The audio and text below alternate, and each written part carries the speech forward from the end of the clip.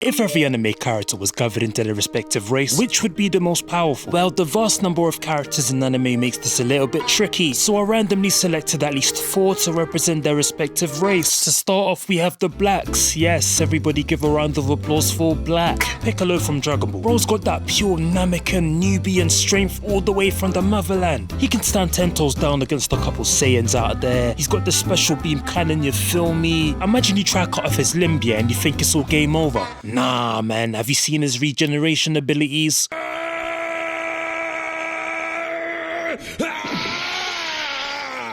He's also got psychic abilities like telepathy and telekinesis. Nah, bum all that, man. We haven't even mentioned Orange Piccolo. Have you seen Orange Piccolo? Apparently, he's on par with Ultra Instinct Goku. But even if he isn't, he's still a Gigamaxed version of an already powerful character. 2 times Grammy-winning rapper Killer B. Killer B shows a great deal of promise for this group when you consider his feats. Bro has the Tailed Beast Bomb. When you're talking about an all-out anime battle, maybe not that effective, but still up there.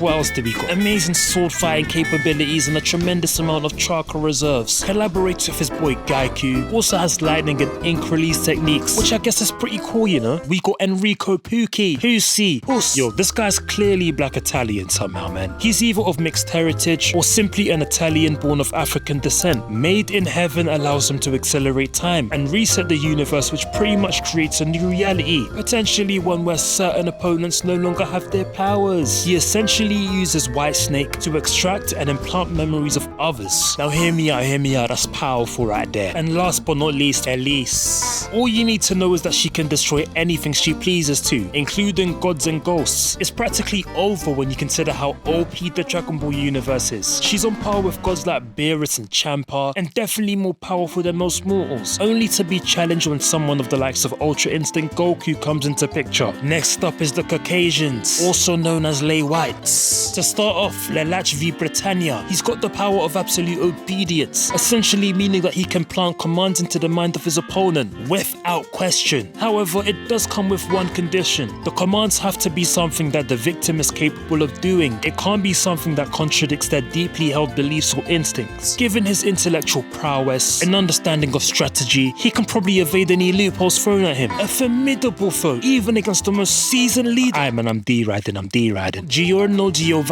from JoJo's Bizarre Adventures, one of the most powerful characters in the series, hands down. He's not even fully white, he's half Japanese, so I don't even know if this counts, but yeah. His stand Gold Experience Requiem possesses some of the most unique abilities that will probably take some work to get around. I mean, Return to Zero, which allows him to return actions and willpower to the state of 0. This means that any action or effect directed at Giorno or a stand is returned to a point where it never occurred. On top of that, he can manipulate fate itself. Alucard from Hell Rising is pretty much immortal and can regenerate from any injury in a matter of moments, no matter how severe. This dude is intangible, meaning that he can allow physical attacks to pass through him without causing any harm. Like, this guy was really about that, man. He got summoned to London by the head of the Helsing organization to confront an entire force of surgically enhanced vampires. Ayo, my man just pulls up in his iconic black jet and starts getting busy with these guys. He also has level 0, the moment where he unleashes his full unrestricted vampire abilities, which basically consist of all the souls he consumed over the centuries. I mean, we're talking countless undead soldiers, monsters, and even powerful beings like the original Dracula. But this team faces difficulties against characters with godlike powers, or those who can manipulate time and space on an even bigger scale, the Asians. Satoru from Jujutsu Kaisen. I ain't gonna lie, some of these Caucasians out here be claiming him, but nah man, he's clearly an albino Asian. Limitless, an inherited technique from the Gojo family. He can manipulate and distort space at an atomic level, giving him control over distance and speed. He traps his target inside a space that overwhelms their senses with so much information, making it impossible for the target to move or think properly.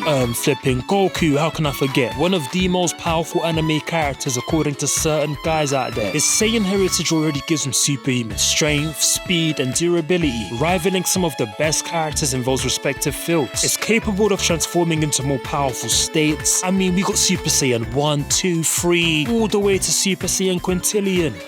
Oh, I just got word from the Illuminati that I'm not allowed to mention that. It's not released yet. Luffy from One Piece, he's made out of rubber, man. So there's no way any of these guys are getting around that stretchy crap he's got going on. Along with that, he can resist blunt force attacks, giving him room for powerful techniques like Gatling Gun and Red Hawk. This guy has literally mastered all 3 types of Haki, which allows him to foresee attacks and dominate the willpower of others. My guy, he's got the 8th gates. He had one of the most powerful characters in Shambles, landing in so many attacks he distorted space itself. But yeah, Madara doesn't die though, and he ends up in a wheelchair too. This team might lack strategic depth compared to others unless they coordinate well. Realistically, the most powerful team would depend on the specific combat scenarios and how well they can exploit their strengths. It's challenging to declare one team as the strongest without going into specific matchups. But F all that, man, we're here for the race.